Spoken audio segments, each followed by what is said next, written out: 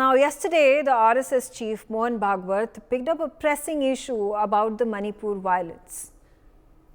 What he said was of concern and then makes us question about India's borders and what is it that the enemy on the other side is looking to do when there are no other ways to attack, to push India into a corner.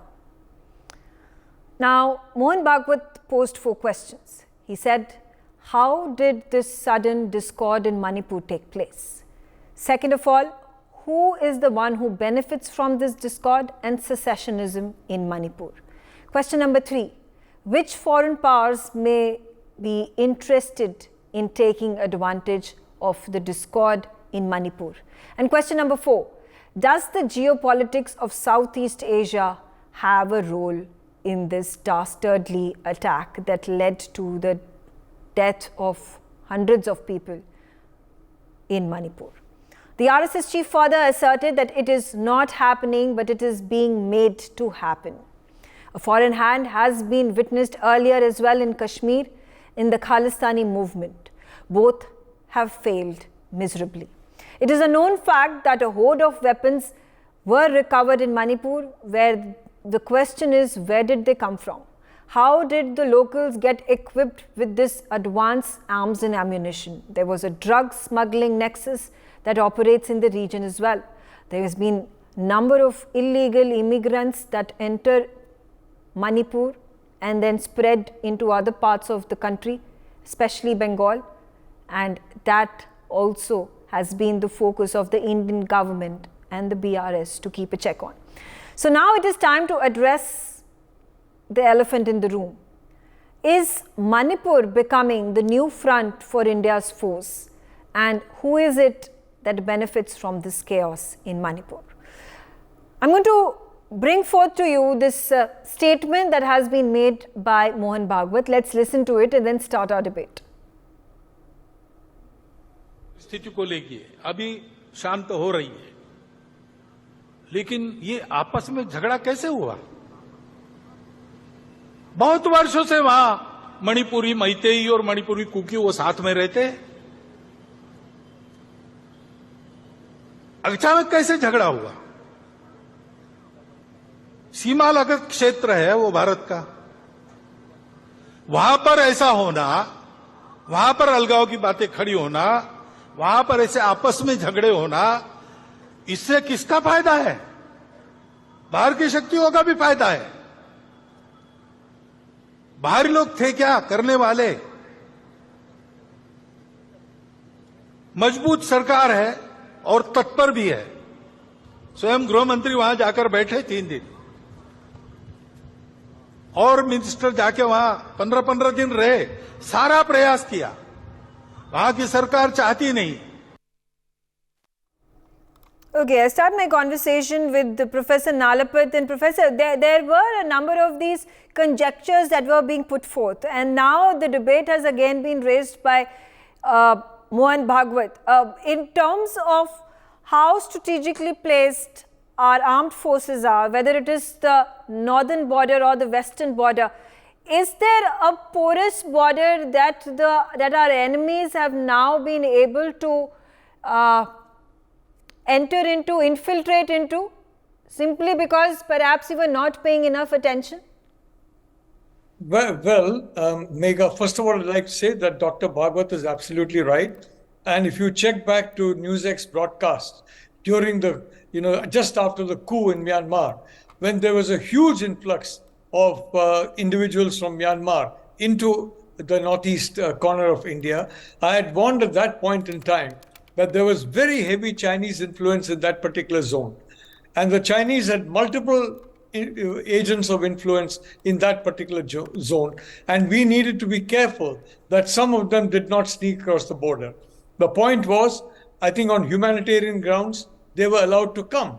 The fact is that many of them were basically, for a long time, linked to the Chinese. And don't forget the drug trade.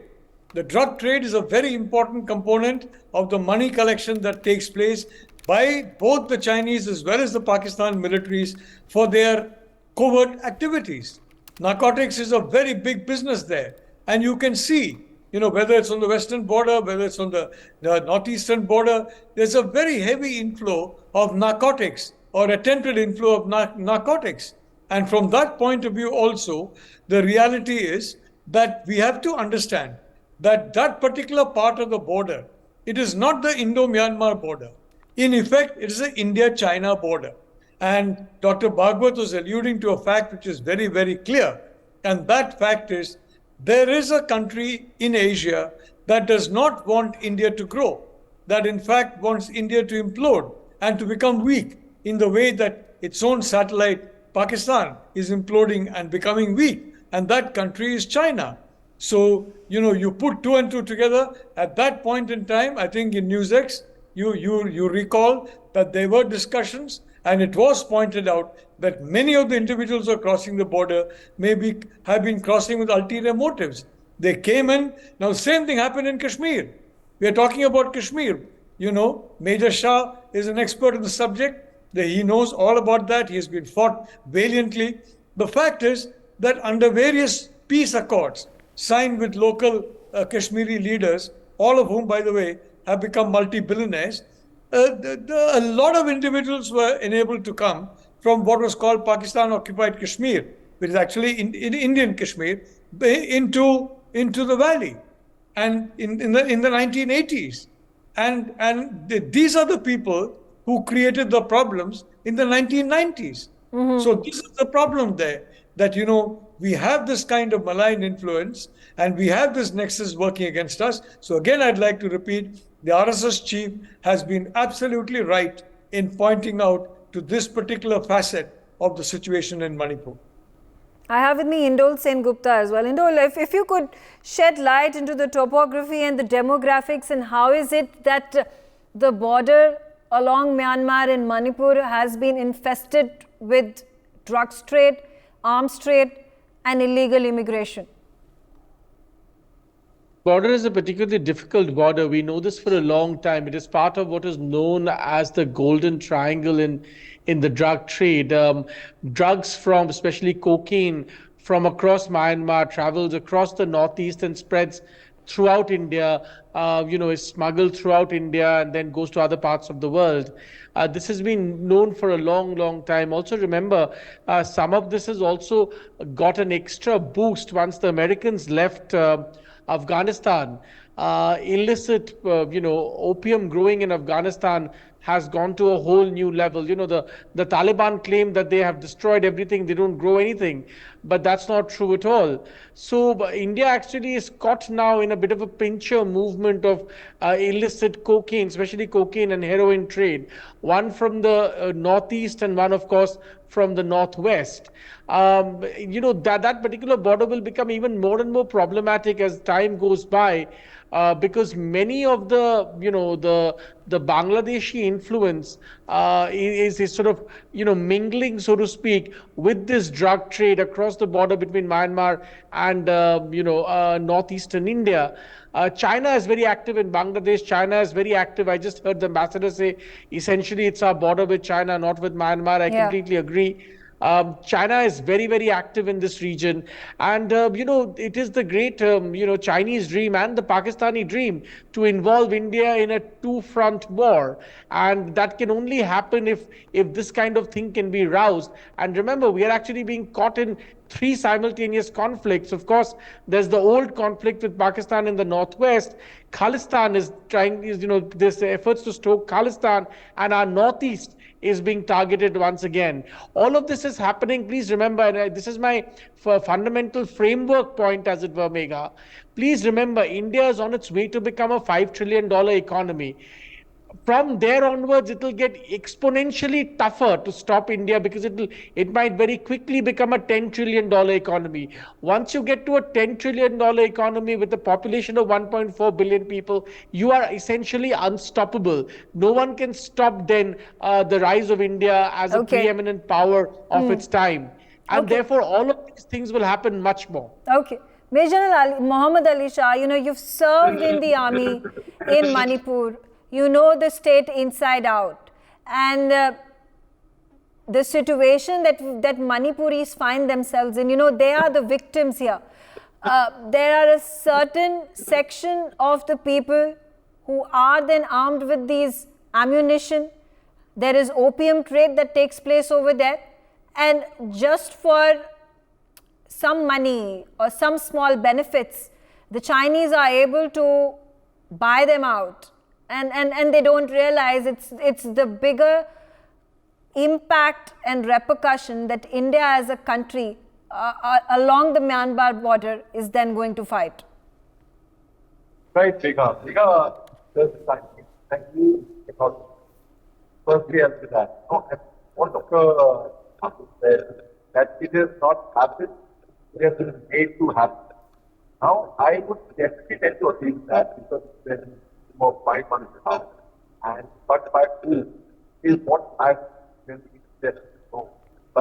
Major Mohammad Ali, I'll quickly request you to, there's an audio glitch over there, and if we could just request you to, get closer to your Wi-Fi network, and then it would be easier for us to hear you out as well. I have with me former DGP of Jammu and Kashmir, SP Ved. Now, sir, can there parallels be drawn in what is happening in what is happening in Manipur and what Kashmir has had to go through for decades together?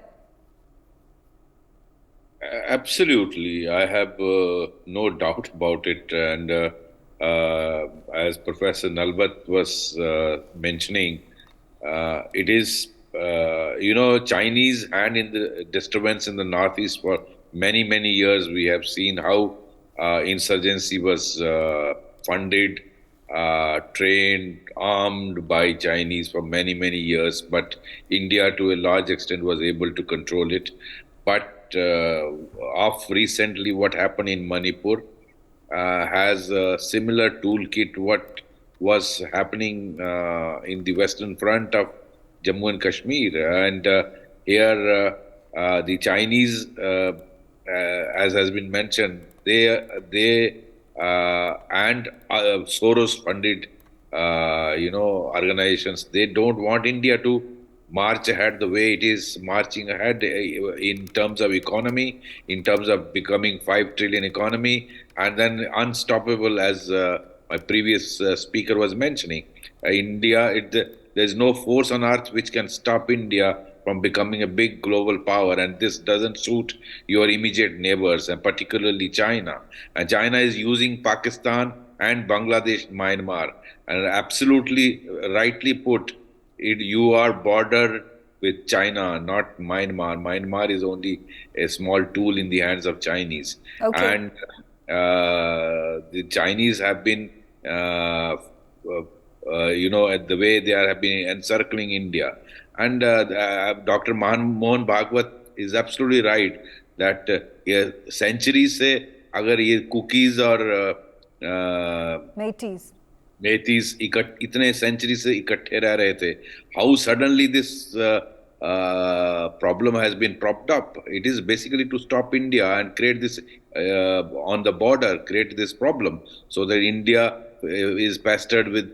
We have fissures in our organization as a nation, and these are being exploited, and that is what is these Soros-funded and Chinese joining hand are doing it. And okay. I think we need to be very careful, and we need to educate our people in Manipur. Okay. This problem, which was essentially a drug problem, has been painted into religious war between Christians and Hindus, which I am afraid it's not so. So I think our government of India and the state government must go offensive in terms of warfare, the information warfare, as well as fighting this terrorism. Major Mohammad Ali Shah, if you can hear us now, and do you think the government of India and the Indian armed forces have been less focused on the border along Myanmar versus in Kashmir and of course the line of actual control? Okay, that's a very good question, Megha. Megha, firstly, the very fact that what Dr. Mohan Bhagwat said, that, it's not happened, it's been made to happen. I tend to agree with that, because over 5 months, and there's no sign of peace. My Manipuri brethren have been suffering. When I say Manipuri brethren, I include the Meiteis and the Kukis of all tribes, all communities, everyone together. The Nagas have maintained a restraint, thankfully, and but that doesn't mean that they are not suffering at the same time, because they have to suffer in silence over there. Now, the very fact is, why has it not been put to control? China's hand cannot be ruled out completely. I mean, that's something which has to be looked into. Yes, no doubt, because China has always tried to create trouble in our nation. And China actually used to help the Naga insurgents when their demand for Nagaland was there. Right now in Nagaland, there is a ceasefire right now with the NSC and IM and an NSC and K.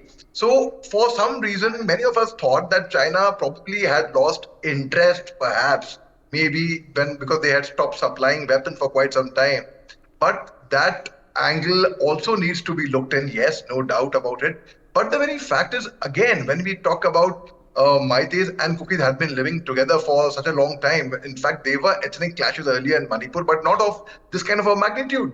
In '93, there was a Pangal, that's Manipuri Muslim, the Pangal and the Meitei Hindu clash. In '94, there was in Naga and Kuki clash, and both are Christians.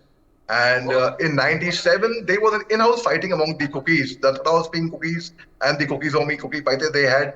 And there was a clash which was sorted out in 1998. The Mizos stepped in and they were driven out from North Manipur to Chachanpur, which the Kukis call as Lamka, because the Kukis do not really live in Lord Chachan. Though Lord Chachan, I think the history of Manipur should be respected by everyone. In fact, okay. Now the very fact is, why the army? That is my golden question. Why the army has not been called in as an aid to the civil authorities? Because a lot of people question me, why is the army not doing it? Well, army's hands are tied. There is no Armed Forces Special Power Act existing in the valley. In fact, there is Armed Forces Special Power Act in the hills, all right, but there is no Armed Forces Special Power Act in the valley, which is not agreeable to many people. Fine, but then at the end of the day, if you want the army to bring in peace, you have to, with responsibility comes authority. With authority comes responsibility. So the very fact is, now when we talk about the drug angle, there are a couple of points I would want to bring, Megha. Just 4 quick points. First, I think all tribes, all communities that's my personal view, are indigenous to Manipur. It will be wrong to say Kukis are outsiders, because there are a lot of Kukis I know who are serving in the army. Very brave officers, my personal friends. The government does a full verification of the background. The intelligence does a full verification of the background before entering any government service. So definitely they cannot be outsiders.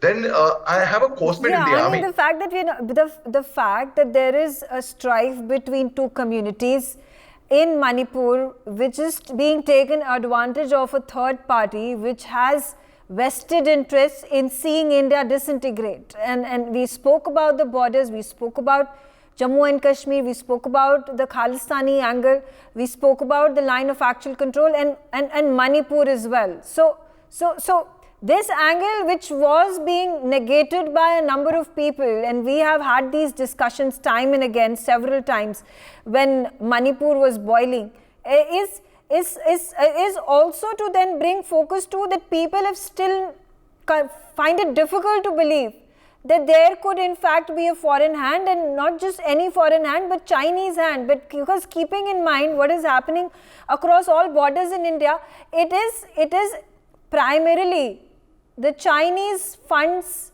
arms, ammunition, jets that are allowing for at least an effort that is being put forth to disintegrate India, to break India's sovereignty.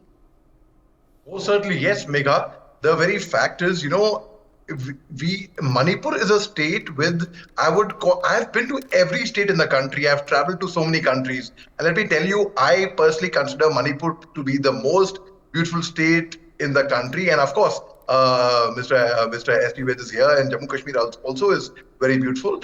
But I have served in the northeast part of India and in J&K both, and I consider the northeast part of India extremely, extremely beautiful with very good people. In fact, the people from Manipur have contributed towards our sports. They are very good. They are a lot of literates from Manipur. Their education and their contribution is immense, Megha. In fact, and I'm sorry to say, I have to state one fact over here that we as citizens of our country, many of us, including the media, sorry to say, have neglected the northeast part of India for a very, very long time. But hats off to you and your channel. You have not, thankfully. NewsX is the only channel that I know which actually took interest, was covering Manipur affairs, and where nobody was willing to talk about it, about what's happening in Manipur, in fact. So the very fact is Manipur has been neglected, and we cannot neglect our most beautiful people, the most cultured people, the best people. Fair enough. Okay, Professor Nalapa, then, there was AFSPA that at one point of time was applicable in Manipur and other parts of the northeastern region.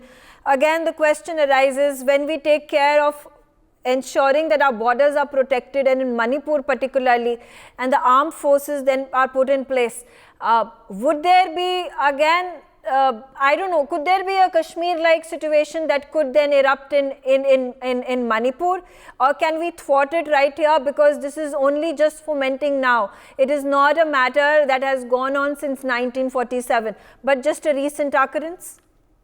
Well, Megha, I'd like to point out the wider plan. And, if you go to Western countries, you go to the United States, go to the UK, go to France, go to Germany, there's a constant chant that India Christians are being persecuted. That is absolutely not true. The Christian community is a flourishing community. It has done amazing things in the world of healthcare and in education. We can be really proud of the Christian community. But the talk is that Christians are not safe in India. Christians are being maltreated in India. And this particular script that we are saying, basically it's being painted in these countries as a conflict of Hindus who are fighting Christians. The Kukis are mostly Christian. The fact is that the Meitei and the Nagas, as has correctly been said, are still very friendly to each other. The Nagas are also Christian. It's nothing to do with Hindu or Christian. It's nothing to do with Hindu or Muslim. It's everything to do with the fact that just a handful of people can stir up trouble by, for example, using social media, planting fake memes, planting AI-generated photographs, and basically creating hatred and fear. And this is what is happening in that part of the world. And I think we need to fight it through for example, using the methods we have to get correct information there, including through the internet, and to make it very clear that India is not a country in which any religion will feel unsafe. Okay. That is very, very important, because this is the game plan of China to put India as an anti-Christian country, when the fact is it is the Chinese who are totally anti-Muslim, the Chinese Communist Party, who are totally anti-Muslim and anti-Christian. Yeah, fair enough. That's a fair point.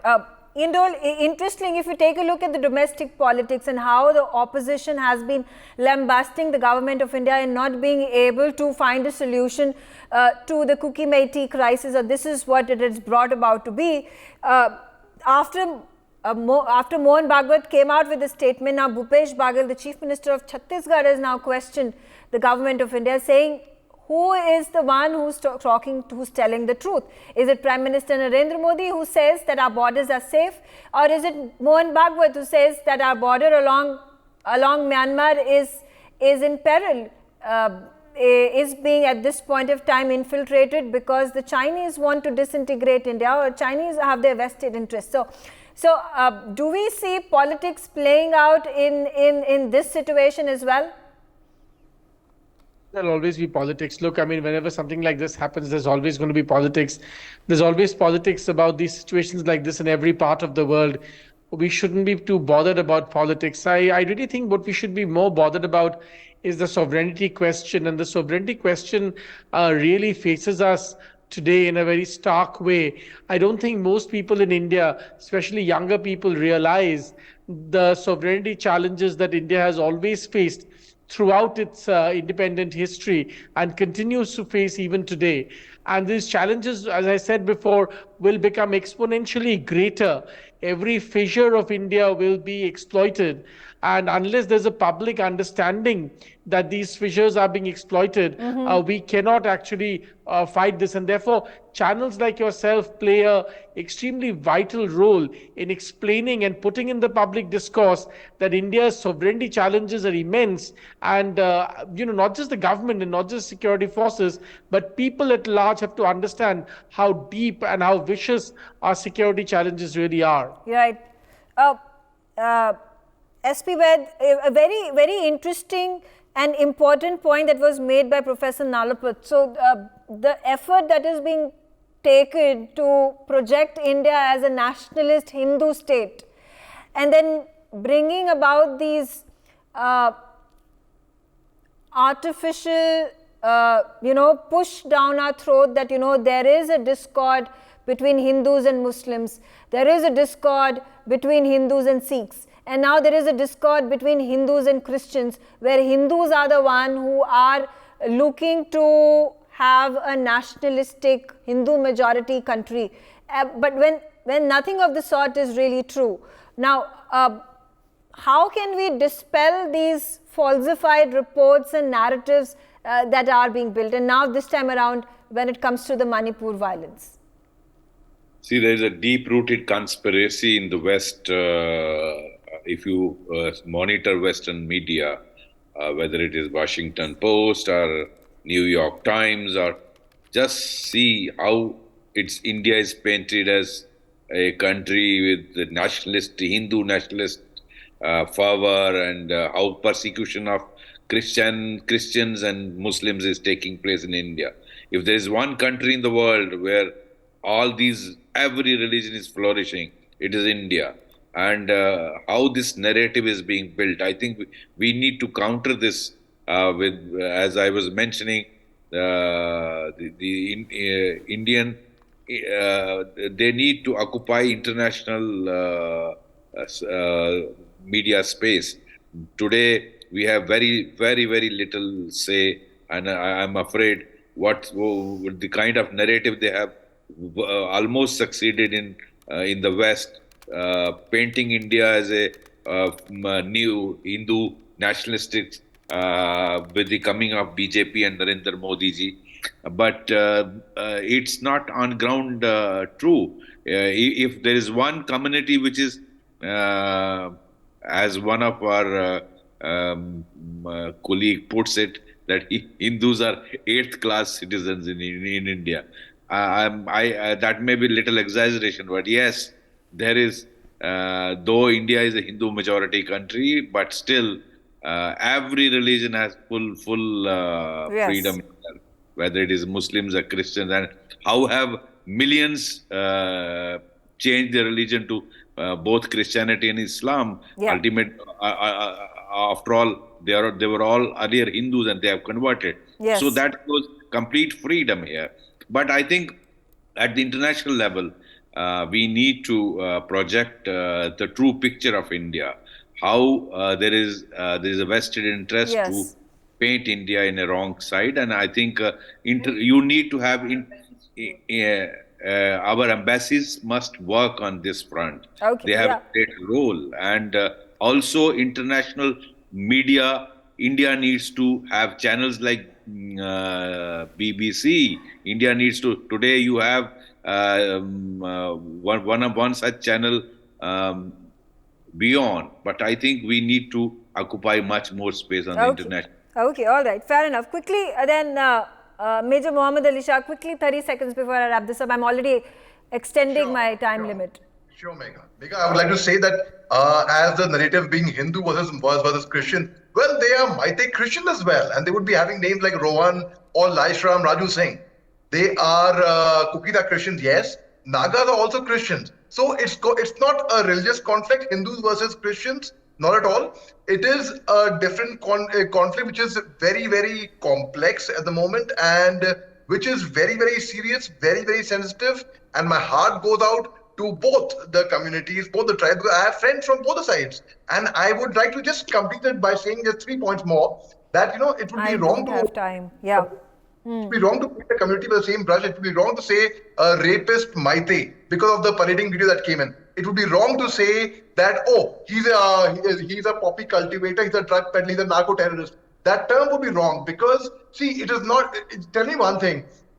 For example, if I sow rice somewhere, there is a process. It is sowed and then it's plowed, and then there is processing, then there is distribution, then there is selling. There is so many other things involved. So it would be wrong to call.